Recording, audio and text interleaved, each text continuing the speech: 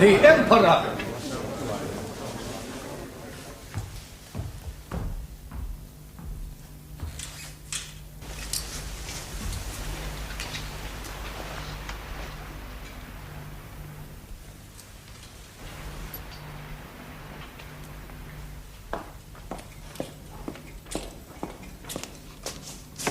Sire, we greet you as the Emperor of the French, as the greatest hero of our times, as the conqueror of the armies of Austria and of Prussia, but above all, as the liberator of our country, Poland.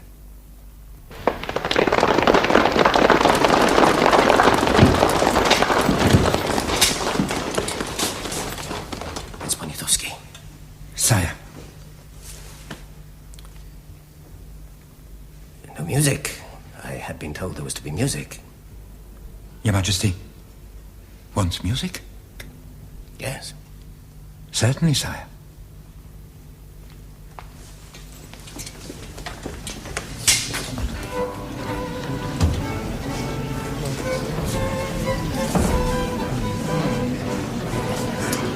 Well, with women like these, I think I could have a good time with their king.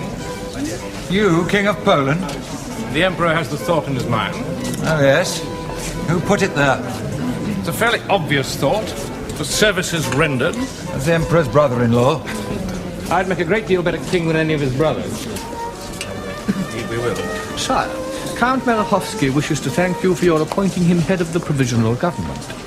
Under your supervision, you understand that, Count? Oh, indeed, sire. Your first task is to raise me an army of 20,000 Poles. You shall have them, sire. Half of Poland is still occupied by the Russians. You will beat them, sire. Yes. When I've done it, we shall see about the future of your country. Sire, the members of the provisional government fully understand that nothing can be decided yet. Talleyrand. Huh? Get me Poniatowski. Forgive me. There will be other opportunities.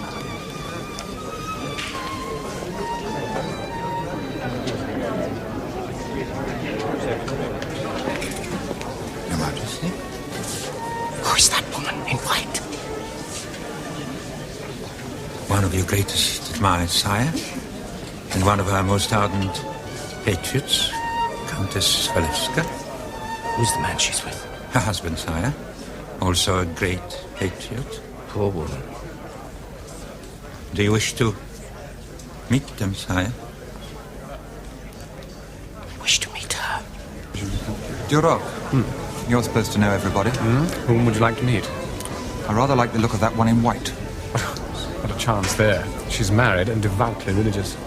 Murat says they're all mad for us. Murat says because Murat doesn't care as long as it's a woman.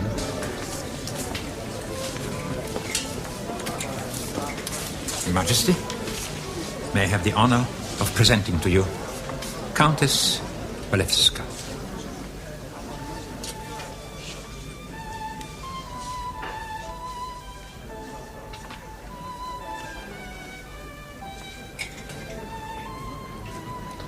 White does not go well on white, madame.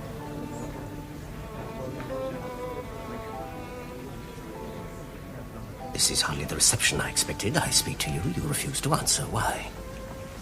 Your Majesty. I am eager to hear your explanation. I have sworn to wear no colors. Only white, or grey, or black. Until Poland is free, and an independent kingdom again. Is a woman's oath so absolute? Yes, Your Majesty. I have not found it so. I shall wear colors when all Poland is free, as you can make her free. It lies in your power to recreate our nation. I shall do as I think best. Your Majesty, you are a great statesman as well as a great general. You must know that an independent Poland is essential to the peace of Europe. Madame, when I choose to speak to a beautiful woman, I do not expect to be lectured on politics. I have nothing else to say to you, Your Majesty. You can answer questions. Yes. How old are you? How long have you been married? 2 years. Have you a child? A son. How old? Almost one. His name? Antoine. You love him? Yes. You seem uncertain. I love him, but I hardly see him. Why? He's in the care of my husband's sisters. Why? Because they are Colonna Walewskis. And the Colonna Walewskis are an ancient and noble family. And they wish to bring him up as a Colonna Walewski. Why are you married to a man 50 years older than yourself? Because my family is not quite so ancient, nor so noble, nor so rich. I'm sorry for you. Your Majesty, make Poland free, and I'll be the happiest woman in the world. I admire your patriotism. It is all I have. So, if we talk again, you will lecture me again. Yes, Your Majesty. We shall see. Miss Poniatowski. Majesty? If Madame Walewska is an example of your Polish womanhood, then you are certainly a very great nation. Sire. I am one of many, Your Majesty. Are you?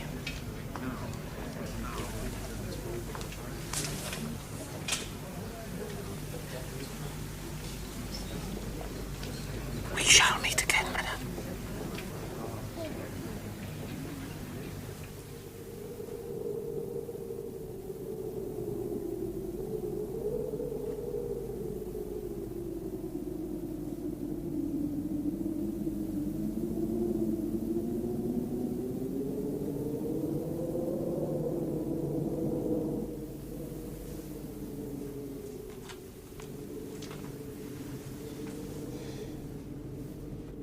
I saw no one but you.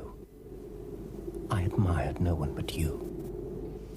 I desire no one but you. Tell me you will come to me soon.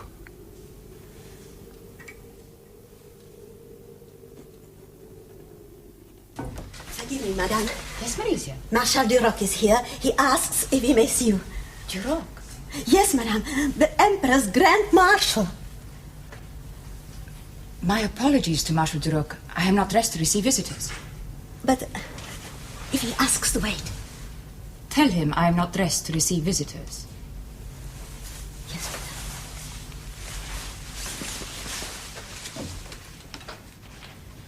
madame. You can't say that to the Emperor's Grand Marshal.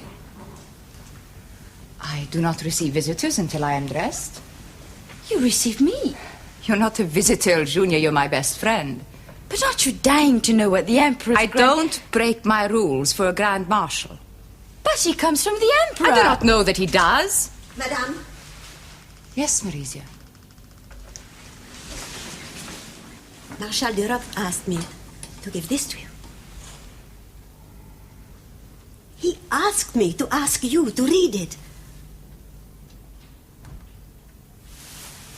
He's waiting, madame.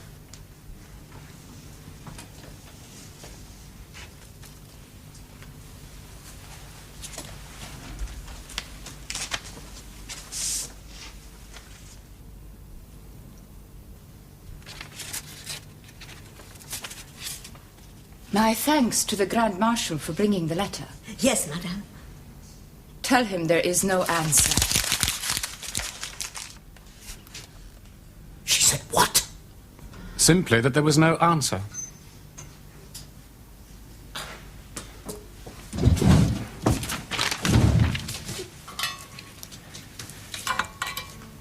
Go back to Madame Walewska. At an hour when she will receive you. Give her this. In private. Get her to read it in front of you. Explain to her what it means. Marshal Duroc, I understand what it means. May I therefore hope for an answer? There is no answer. The Emperor is most anxious to have an answer. In fact, he suggests that you now owe him two. Marshal Duroc, have you read the letters? I Is it part of your duties as Grand Marshal to run this kind of errand for the Emperor? Madame, the Emperor is the greatest man on earth. I am his devoted servant. I am proud to run any errand for him.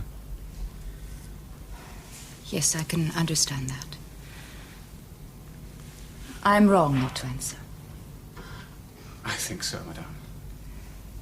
Tell the Emperor that I too believe him to be the greatest man on earth, that I am married with the blessings of the Church, and that I worship God more than I worship the greatest man.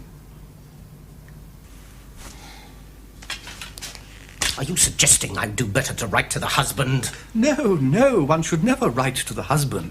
What then? We did consider Count Walewski as a member of the provisional government. We rejected him on the grounds of age. We already have Count Malachowski, the grand old man of Poland, and one dotard is enough. Yes, well... However, Count Walewski does share the hopes and aspirations of the provisional government, which your Majesty tells me is under my supervision. So? Sire, I must ask you, do you urgently and overwhelmingly desire to have this lady in your arms? Yes! Then I shall summon an emergency meeting of the provisional government. Marie, Prince Poniatowski and Count Malachowski are here. I'll come down. They're here. They asked to see you here. To see me? Yes. Why? I gather that the Emperor has expressed a desire to meet you again, to continue his conversation of last night, and that you, for some unaccountable reason, have gravely offended the Emperor by refusing to agree to this. I must ask you why. I did not know that I had offended the Emperor. Marie, why? If the Emperor is offended, I shall be willing to send my apologies through Prince Poniatowski and Count Malachowski. You understand, whatever the Emperor's birth may have been, he is now of a rank greatly beyond ours. Yes. We owe him the respect paid by the nobility to a reigning monarch. I shall apologize.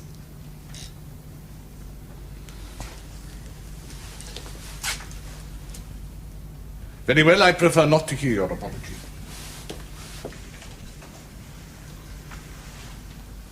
Prince Poniatowski, Count Malachowski. Dear Madame. I shall leave you. Madame. Am I to suppose that you understand what my husband does not understand? It is better that your husband should not understand. May I ask, why have I become a matter of government? Because the Emperor is offended. Am I not offended? I have his letters to me. You can read them. Marie, we are... Aware of their contents. Yes. Are you not offended? As Polish noblemen? As Poles? Whether noble or not? Countess Walewska, I am old enough to have spent most of my life in our great and glorious kingdom of Poland. And I have seen Poland occupied, partitioned, torn into pieces by her enemies. Prussia, Austria, Russia. I have seen our kingdom destroyed and the name Poland erased from the map of Europe.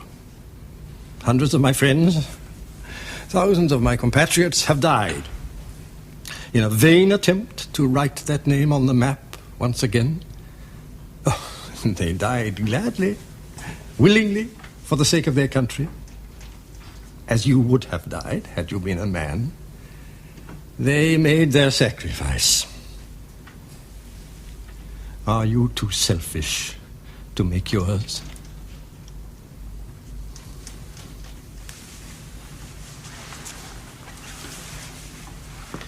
Marie, you are the daughter, the sister, and the wife of the Polish patriots whose one aim in life is the restoration of our ancient kingdom. And nothing in the world matters as much as that. Madame, I have watched a great deal of history in the making. I assure you, little causes can produce great effects. authority is vested in men, but so long as men are swayed by their passions, then women will always have the power to change the course of history. For better or for worse, by their influence, at a precise moment in time. Just as at a certain moment, Napoleon will decide the fate of Poland. Napoleon who loves you, Marie. But I do not love him. Did you marry for love? I'm sorry, Marie, but you married out of respect for the wishes of your family. You did your duty. We have a larger family. Our country. Will you do your duty for Poland? If you refuse this chance, well, then you will have done nothing. And less than nothing for Poland. Master! You're the one he desires.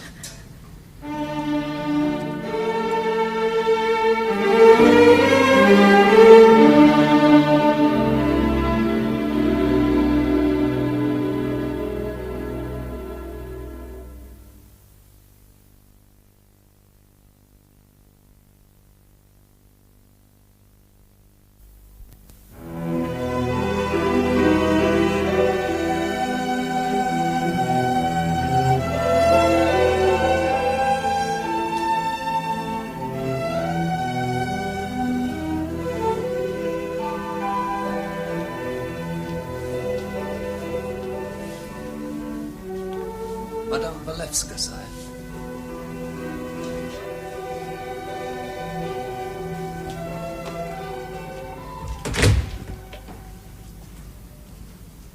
Good evening, madame.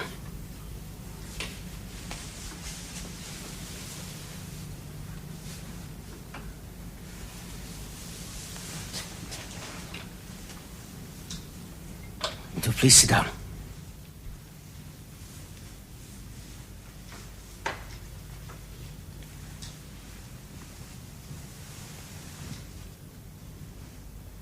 Why didn't you answer my letters? Was it so difficult a thing to do? Is it so terrible to have an emperor fall in love with you? Please don't cry. What is there to cry about? Marie! If I could cry, I would be crying too, but tears of joy. I have not slept since I first saw you. I have not eaten. I have not had one single rational thought. I have done nothing but long for this moment. I had no right to believe that you would long for it too. I hoped that you would come here, willingly, without sadness. But above all, I prayed simply that you would come. I have heard of men dying for love. I have never felt it before. There was a weight, a crushing weight on my heart, breaking it, killing me. Only you could lift it. Only you could let me live. How could I come here without sadness? Is it sad to have a man so much in love with you? No. Isn't there some kind of happiness in being greatly loved? Not happiness. Pleasure, at least a compliment. A compliment I don't deserve. Why me? Marie, I did not choose to fall in love with you. Then we are both unfortunate. Am I a misfortune to you? Yes. An ogre to you? No. But an emperor. I cannot return your love.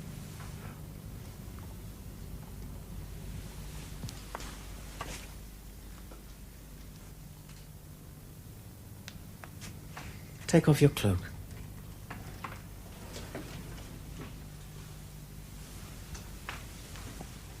Let me see what I love and cannot be loved by. Dark. I told you why. I shall hope to see you in colours yet. Is it because I am emperor that you cannot love me?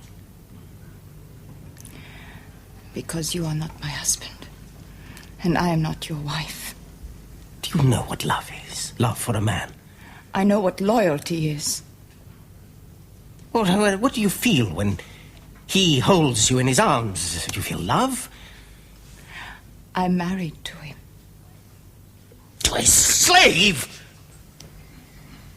Sold to him at an auction. An 18-year-old virgin to a 68-year-old goat. I tell you, this is obscene. And if you tell me this is blessed by the church, then I say to you the church must look again at what it blesses and what it does not. I was not forced to marry him. I agreed. At 18, you can plead ignorance. He can't. I am married. It is not possible for me to be married to more than one man. Be married to me, then. You have a wife. No. I have an empress. Be my real wife, my Polish wife. You don't want me as your wife. What must I do to convince you that I love you more strongly, more profoundly than I have ever loved before? Ever in my life, I have never loved before. Till now, I have not loved. That is not true. I feel it to be true. You're right, it isn't true. Not a lie, but a forgetting. I have loved once. This is the second time. I was mad for Josephine once as I am for you now. Josephine was all woman, all charm, all grace, all sympathy, all subtlety, all sexual knowledge. I did not die for love of her. She took me into her bed and she married me. But afterwards, I died of jealousy. She turned my heart to a stone, to rock, to iron. But we were married.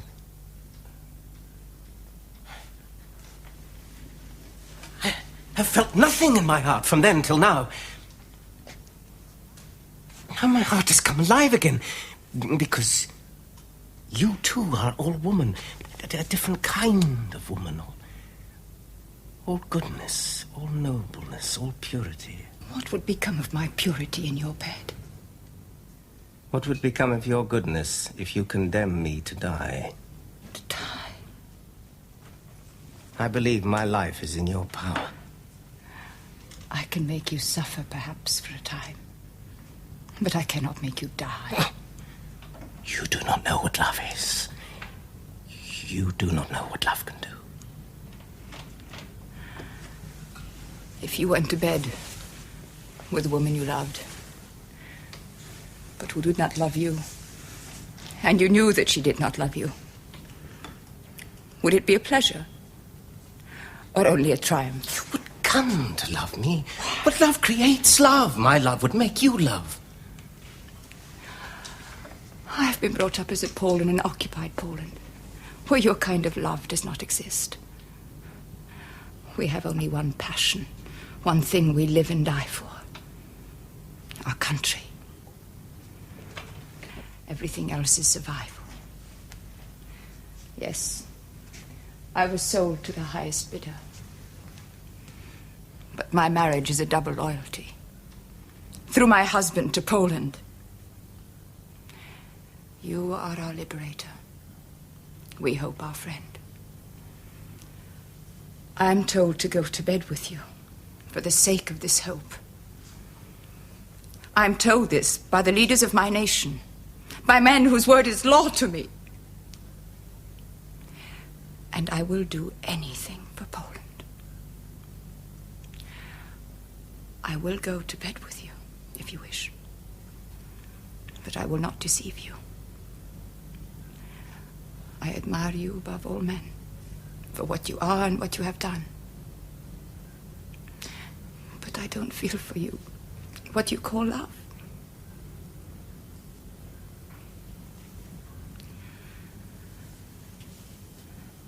If you say so, I will throw myself into your bed.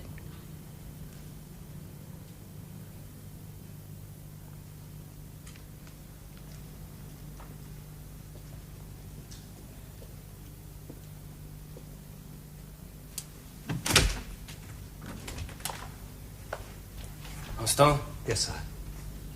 Fetch Marshal Duroc. Madame Walewska is leaving. Yes, sir. Negotiation is possible only when both parties wish to reach an agreement. You can manipulate a dozen ambassadors, can't you manipulate a woman? Sire, you've often told me all I do is dictate terms once you have conquered. In this case, you have not conquered. Talleyrand, Prince of Benevento, whatever your name is now. I must have her. Forgive me, sire. You tell me she offered herself and you refuse. I am not totally inhuman. No, I agree, not totally. I must have her love me. Sire, your ambitions are always boundless and I am always asking you to be satisfied with less. What do women want? What does she want? I'll give her anything. The free and independent Kingdom of Poland? If you guarantee her that, I'll guarantee the result. I do not make political decisions for the sake of a woman. May I suggest you could make this decision for the sake of France? Talleyrand, you're not to use this situation for your own purposes. Sire, you have my memorandum on your desk, advancing the theory it would be possible now to declare Poland free and independent, and that this declaration would help you beat the Russians. Now, every Pole would fight like two men for you and for his own country. Every Pole will fight for the hope, whether I make a declaration or not. That is true. So why should I tie my hands with promises? I was thinking of saving a little French blood. Let me tell you your tasks very clearly. And they are enough for one man. To govern Poland for me. To raise a Polish army for me. And to make the Poles supply my own army with everything it needs. And to get me Marie Walewska. The last may be the most difficult. Madame. Yes, Marisia. Countess Tiskiewicz and the Prince of Benevento. Oh, Marie, my dear. Madame? I've brought the prince to meet you. Prince? Dear Madame, enchanted to make your acquaintance. I should explain, I have been Madame Tiskiewicz's humble admirer. Prince, you were hardly humble. Devoted admirer, then, since... Oh, we never mention years. We never think of years. But since the days, we think of days. When France had a king, and Paris was the only place in the world for a woman. Ah, Madame, only we who lived then know how sweet life can be. Prince, do you know Madame Abramovich? Prince. Enchanted, Madame. The prince is giving a ball. Madame Tiskevich is giving a ball on my behalf. Eljunia, you are to do all the arranging for me. Gladly. And the prince is not to hear. It must be a surprise for him, too. Come. Oh, I adore my own parties when other people give them. I saw you at Prince Poniatowski's, Madame. I was there. You were celestial, in white. I'm sorry we didn't meet. I would have attempted to amuse you. As I attempt to amuse the Emperor. Attempt? Don't you succeed? Oh, he remains resolutely and passionately serious and high-minded. I admire this, but must wish him otherwise. Why?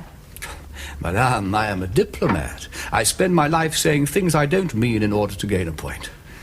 The Emperor invariably says what he means and means what he says and has no thought of whether a point is gained or not. But if you were to do as he does? Diplomacy, as I understand it, would cease to exist. Which, forgive me, might be a good thing. Oh, an excellent thing. But if truth and sincerity are to become the fashion, it will create a vast deal of unemployment among foreign ministers. Prince, you malign yourself. In order to have the pleasure of complaining about my problems. To give you an example. Oh, forgive me, I am starting to talk politics, which I should not do to a beautiful woman. I should like you to talk politics. Ah, well then, my complaint. I seek to persuade the Emperor that we need an alliance with one other great power. Isn't France greater than all the rest put together? Ah, but there is that island of barbarians protected by what they are pleased to call the English Channel. You think England is the enemy? A permanent enemy, the others are only temporary. Russia's the enemy too. Oh, temporary. Momentary. We shall shortly defeat Russia. Russia will beg to be our ally. The Emperor cannot wish to make an alliance with Russia. Well, a Russian alliance would have great advantages. What would become of Poland? I assume it would be necessary to let Russia keep her part of Poland. It may be necessary, but it cannot be permitted. Why not, madame? It would be a crime against my country, a denial of what is right and honorable. I do not see war or peace in those terms. It's my complaint. The Emperor seems to agree with you. Does he? However, I hope to persuade him. There is only one honorable course for France. Madame, I am concerned not with the honor of France, but with the future of France. You are French. I have that good fortune. The Emperor is more than French. He is universal. Oh, yes, I admit his temperament is hardly French. He's romantic, not realist, visionary, not practical, ruled by the heart, not by the head. Yes, he's universal. Or Corsican, it's much the same thing. And the Emperor will decide. Not you, Prince. The question is in the balance.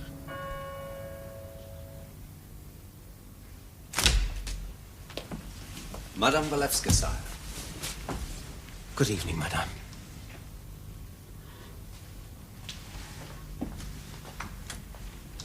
Let me take your cloak.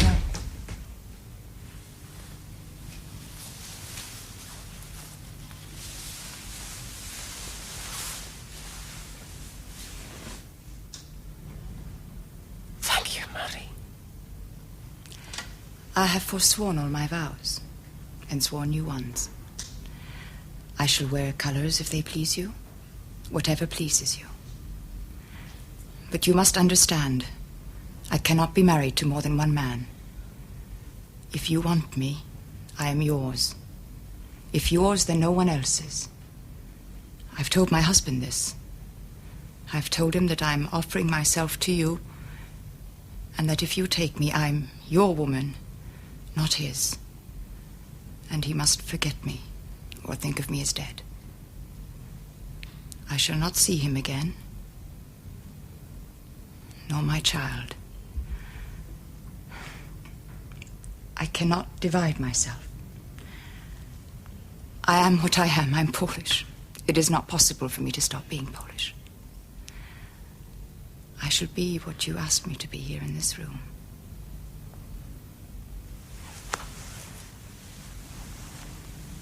Do you want me as your Polish wife?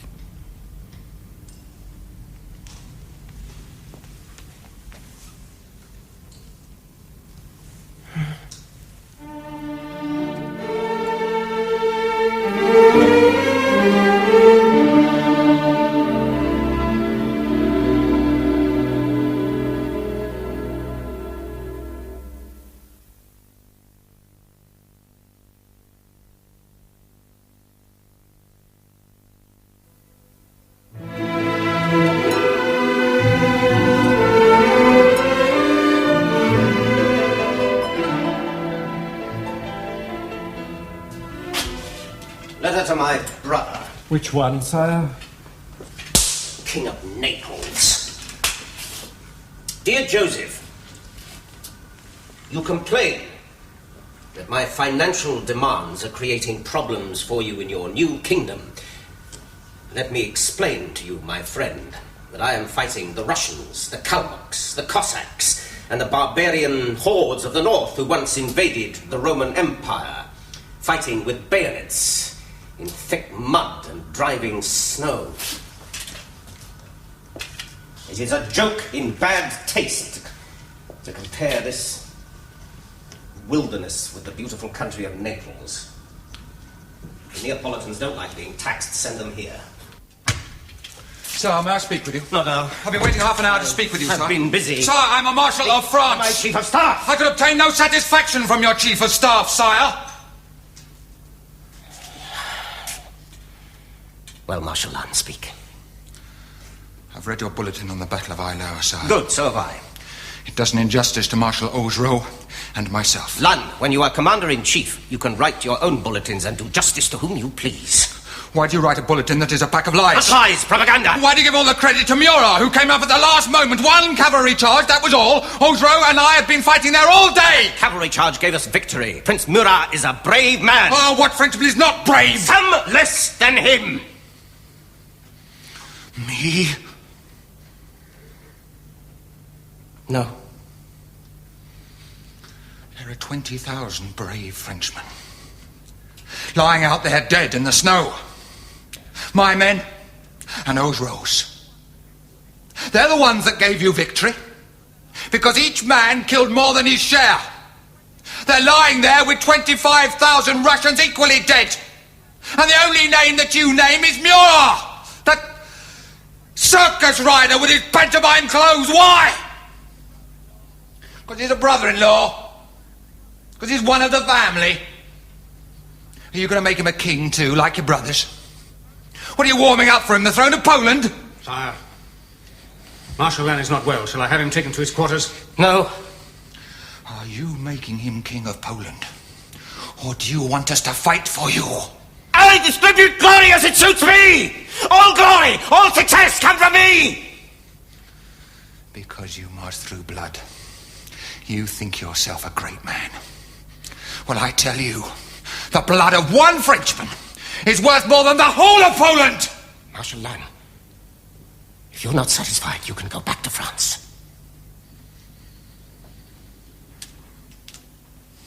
No. You need me.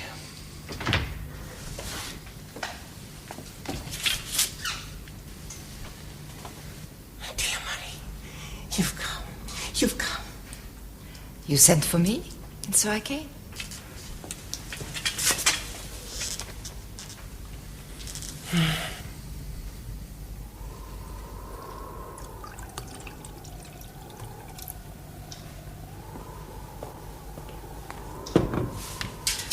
It was a snowstorm.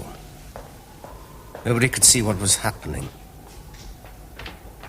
We killed the nearest Russian, or were killed by him. I suppose the Russians are used to fighting in snow. We're not. But the Russians retreated. I rode across the battlefield the next morning. Felt the full horror of war. Yes, they retreated, so we shall have to fight them again. And beat them. When I'd hoped to have beaten them already. Marie, truthfully, what do they say of me now in Warsaw? That you are still, as always, our liberator, our hero. What else? Next time, the victory will be complete. And all Poland will be free. Murat. You've met Murat. What do you think of him? He has a great reputation as a very brave man. He deserves it, but what do you think of him? He's a great talker. Yes. He talks. He tells everyone that you've promised to make him King of Poland. I have not made any promises to Murat or to anyone else. I do not make promises until I can carry them out. When I have beaten the Russians, I shall make not a promise, but a decision. I'm practical. I'm a realist. Are you? Always? I have learned to deal with things as they happen. I think you are two men at war with each other. One ruled by the head, one by the heart. If you had all the world to choose from, who? What a silly thing to say in a drafty old castle. I can answer. I would choose to be here with you. I love your answer, but it's not my question. Ask your question. Whom would you choose to be King of Poland, if there were a kingdom of Poland? There is only one possible man, Prince Poniatowski. Ah, yes, Poniatowski. Nephew to our last king, a good leader, a good soldier, a good man. And a good Pole. Of course. Would I choose a foreigner to be my king? Darling, beautiful Marie, beautiful Polish woman, Polish patriot. You have chosen a foreigner to be My husband. your husband. I am ruled by the heart.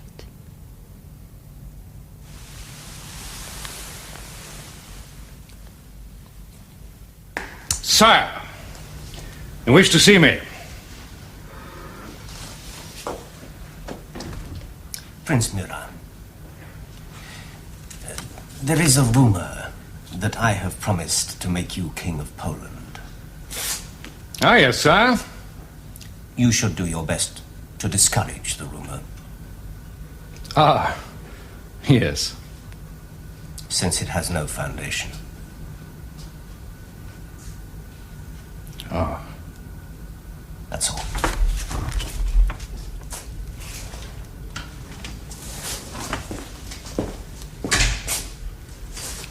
That is all. Thank you, sire.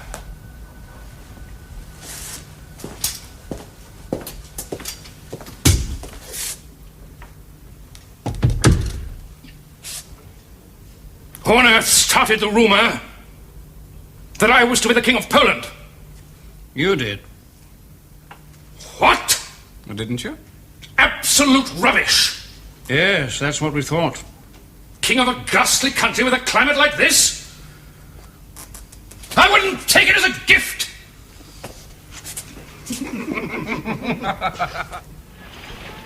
You mustn't come outside. It's too cold for you this time of the morning. You can watch us leave from the window. Will you look up at the window? Yes. One look, for a moment. And then you must go to Warsaw. And wait. Yes. Is Count Walewski there? He is at his estate in the country. Where shall I find you? I have his permission to use the house in Warsaw. But he will not see you. We will not see each other, ever. I shall catch the Russians in a few days and beat them. And then the war will be over, and then... Thank you, Constant. Get yourself ready. We leave in 15 minutes. Yes, sir. May I say goodbye, madame? We shall see each other again very soon. I very much hope so, madame.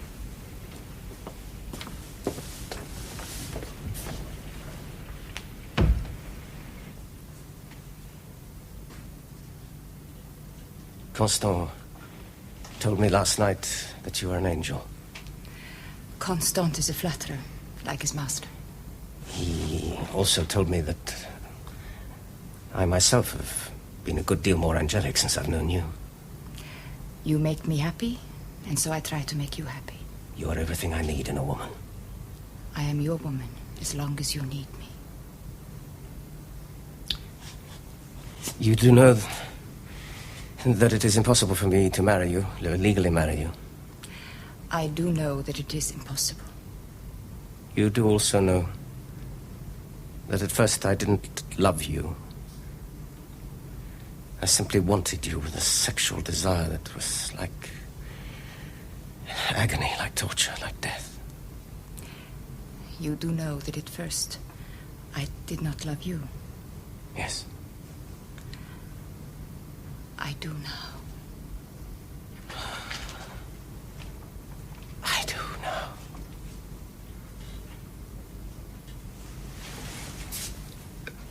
I have trained myself not to regret the past, to wish things otherwise. So have I. Let me regret for a moment. Things should have been otherwise. Be happy with what has happened. Yes. Don't think of me until after the battle. Then think of me for a moment. Send someone to tell me that you've won, and that you're alive and well. You see, I do ask for something, but that's all. I must go. May I give you something? Will you look at it after the battle? Before, and during, and after. After.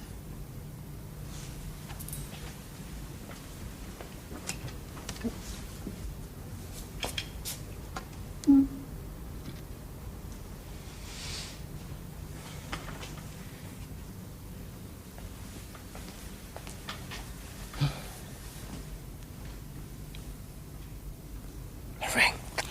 You needn't wear it, but please keep it with you. A strand of hair twined round it. Your hair. Yes. Your bright hair. An inscription? You can't read it in this life. What does it say? Read it after the battle. Oh, what does it say? It says, when you shall cease to love me, do not forget that I love you.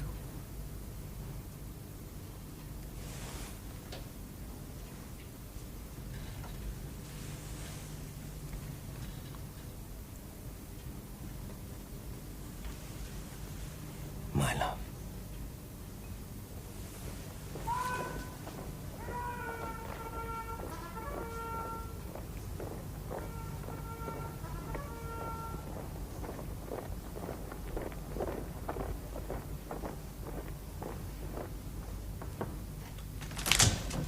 Madame, the Prince of Benevento.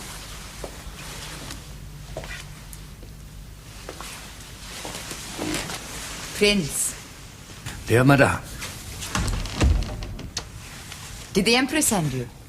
to Warsaw, though not to you. How is he? Is he well? Do please tell me everything. He is extraordinarily well. Of course, I know that. I only wanted to hear it again.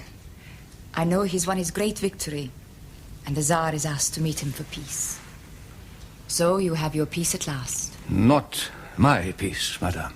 Well, we have peace. The Emperor has peace.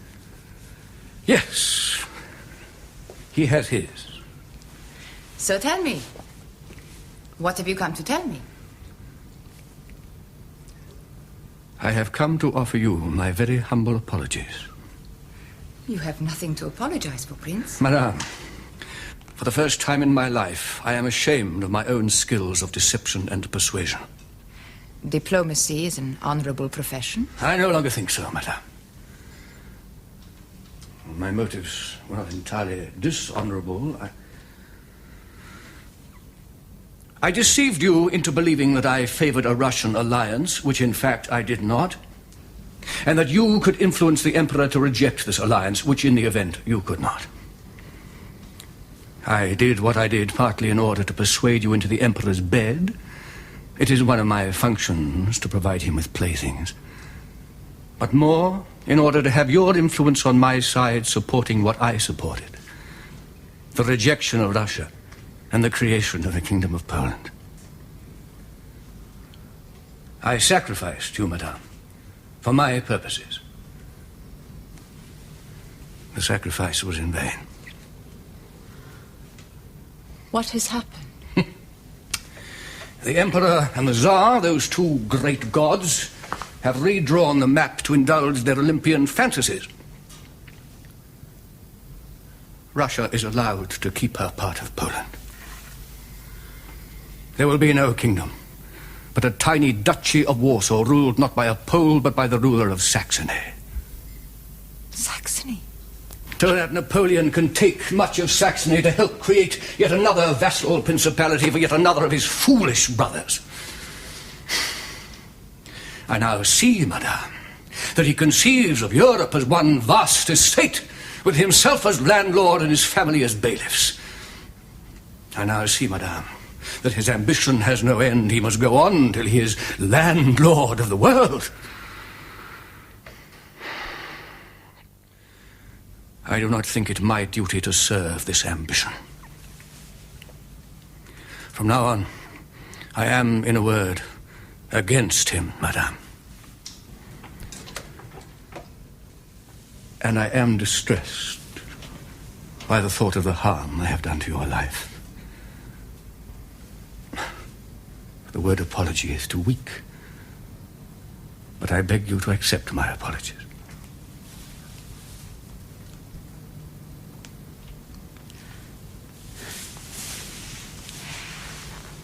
You are mistaken, Prince. You have done no harm to my life. There has been no sacrifice. I have a new loyalty. I am his wife. His Polish wife.